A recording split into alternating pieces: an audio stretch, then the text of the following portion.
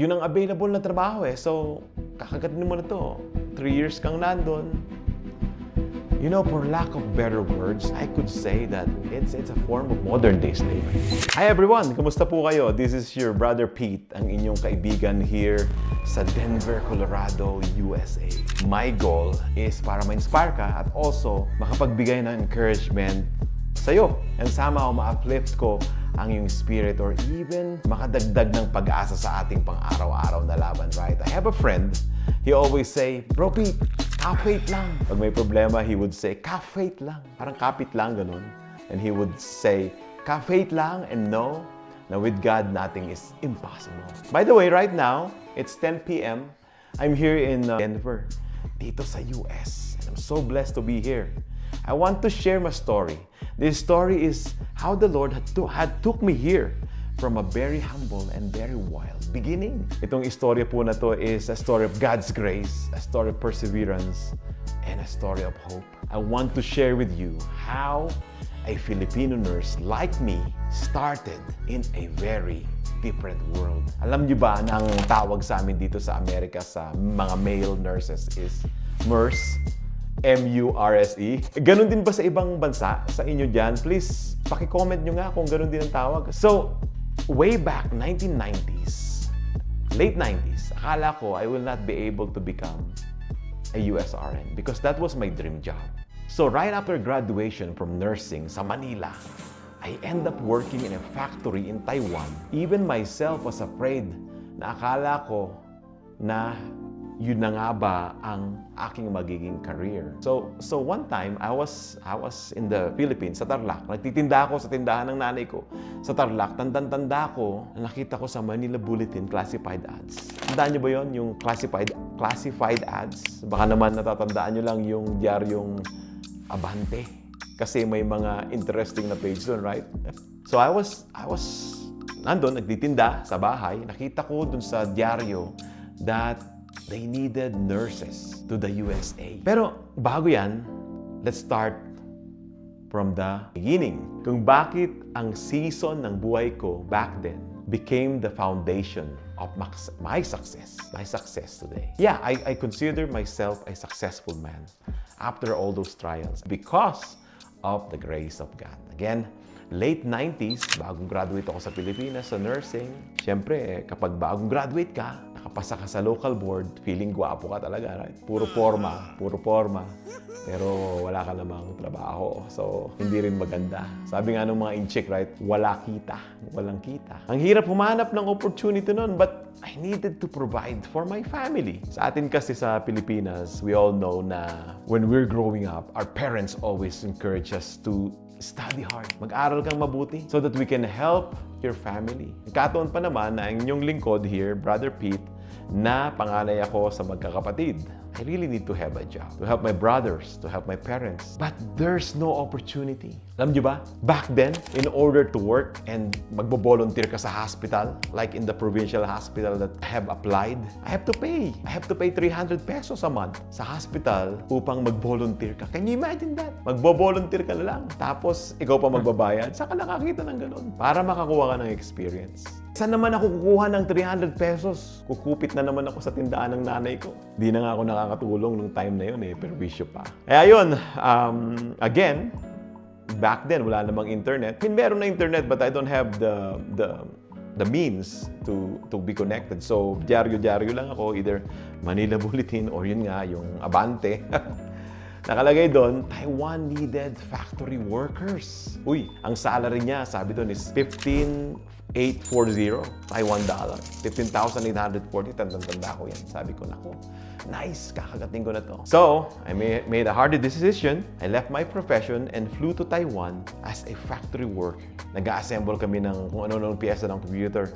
And you know, back then, yung computer, kasi laki ng aparador. And yun ang available na trabaho eh. So, kakagatin mo na to. 3 years kang nandun. You know, for lack of better words, nung nandun ako 3 years sa Taiwan, lack of better word, I could say that it's a form of modern day slavery. We all know that it's a decent job, pero sobrang hirap. We were working 7 a.m. to 11 p.m., 7 days a week. Especially kapag maraming malalaking orders. Tanda ko pa noon na yung mga lunch namin, it's just 10-minute break. Can you imagine, talagang hindi mo nangunguyain yung, lulunin mo na kung ano man yung pwede mong kainin na like siopaw. Para ma-recharge ka, then babalik ka agad sa trabaho. Bubuhat ka ng bibigat na pyesa. I learned how to drive forklift. Pupunuin mo yung mga container van. Minsan nga, yung kamay ko hindi ko na nararamdaman kasi super lamig. Ang malamig sa Taiwan, meron din sa kanilang winter. And also, merong language barrier. Lagi kang takot, baka may ma-misunderstand ka na instruction, may danger, may pressure, may homesickness, at napakarami pang iba na-encounter namin doon. And also, I'm sure na-encounter din ng mga kapatid natin na OFWs today. But you know, I really admire our Filipino overseas workers. And you know, during those time, I was down and depressed, but I keep moving because I have the thought that I'm doing this for my family. So one time, 3 years, nagtatrabaho ako doon, isang gabi, I said to myself, hanggang dito na lamang ba ako? Ganito na lang ba ang buhay? Then I heard that small whisper in my heart. Parang may nagsabi, Bro Pete, there's more, there's more. So, after finishing the 3 years sa Taiwan, we went home after 3 months. Ubus ang mga naipundar. Can you imagine that? 3 months lang, ubus yung mga naipundar mo. Pati yung mga naglalaki ang kwintas, makakapal, yellow. Alam niyo ba, numipis dahil sa sa kakasanla. Then, nagplano, syempre, bumalik sa Taiwan, pero the Lord closed that door. And this time, I got married. Alam ko sa aking beautiful wife na Flor. Naku po, ngayon, 2 na kami. Aba, all of a sudden, there's an opening. Canada naman. So, nag-process kami. I think we processed for a year. And at the end, nadali kami ng illegal recruiter. Wala kaming pera, wala kaming bahay. Mabuti na lang, rich si Papa at Mama. No, that's a joke. Sila nanay at tatay ang pinakamahusay na tindero at tindera sa buong mundo. Napagtapos kaming lahat sa kanilang kasipagan. Actually, 4 kaming professionals na napagtapos nila. Alam mo, sa lahat ng pwede nilang i-repack nila at ibebenta. Grabing sipag. 7 days a week. Alam mo, sa kanila ko nakuha yung tunay na word na perseverance. Di sila napapagod. Parang energizer na battery. But there was a time na I was really, really down. Down na talaga ako. Walang trabaho. Then kasama ko pa yung wife ko. Nakatira kami sa mga magulang ko. Then syempre, my beautiful wife. Naging pregnant. Beautiful nga. Ano gagawin mo, di ba? I remember during those times na wala na akong makapitan at wala na akong pag-asa. Ando kami sa probinsya, sa Tarlac. Every afternoon, magbabike ako. Meron kaming local chapel doon. Sa gilid lang ako ng church. Babike ako doon. Nakadungaw lang ako. Nakatanaw ako doon sa crucifix. Nagpe-pray ako. Alam nyo, back then, di talaga ako marunong mag-pray. I just wing it. Pero alam nyo ba, na-realize ko ngayon na yun pala talaga ang gusto ni Lord. Yung super honest ka. Yung pakikipag-usap sa Kanya na talagang hinihingi mo sa Kanya na I'm honest, Lord. That wala na talaga akong magagawa and surrendered na ako sa Kanya. At siya lang ang aking pag-asa. Yung thought na yun, yung Daddy, Abba Father, I need you. Wala na akong magagawa. Friends, narinig niyo na ba yung kasabihan na God help those who help themselves? Yung kasabihan na God help those who help themselves? Ano sa tingin nyo? Totoo ba yun? Yun din ang akala ko. I thought that God helped those who help themselves. Yung kasabihan na yun ay totoo. Masarap lang palang pakinggan. Pero you know what? Di totoo yun. Hindi pala totoo. Unang-una, wala yun sa Bible. That's not in the Bible itself. In fact, it contradicts the message of the gospel. Kino-contradict niya yung message ng gospel, yung word na yun. God help those who help themselves. No, it's not right. Ang katotohanan, we are helpless to help ourselves and that God help the helpless. We are helpless to help ourselves and that God help the helpless. Christianity teaches that salvation is by grace, not by works. And that God reaches out to us in our weakness, in our brokenness, and in our inability. In Ephesians 2:8-9, For by grace you have been saved through faith. And this is not your own doing. It is the gift of God. It is the gift of God, not a result of works, so that no one may boast. Salvation doesn't come from our effort.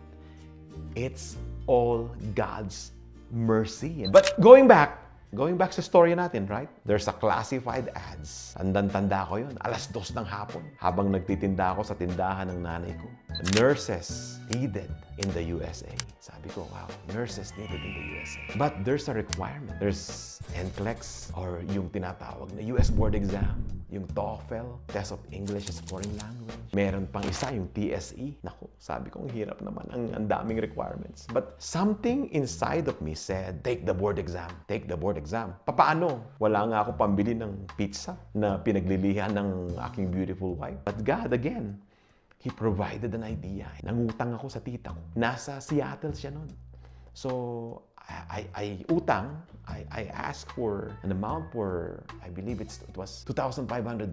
So, pinautang niya ako. Nagtiwala naman siya sa akin. I decided to take the US State Board exam, challenge the board, pati yung mga English test. Take one. Una, nakakatakot kahit na hindi ko alam kung saan ako magsisimula. But I just took the step. And I know na kamay lang talaga ni Lord yun. It's not about me or my effort, but I know it's God's hand. Sabi niya sa Jeremiah, for I know the plans I have for you, declare the Lord, plans to prosper you and plans not to harm you. Plans to give you hope and a future. Yung step of faith, taking the board exam, became the turning point of my life. So fast forward today, I'm working as a registered nurse here in the United States of America.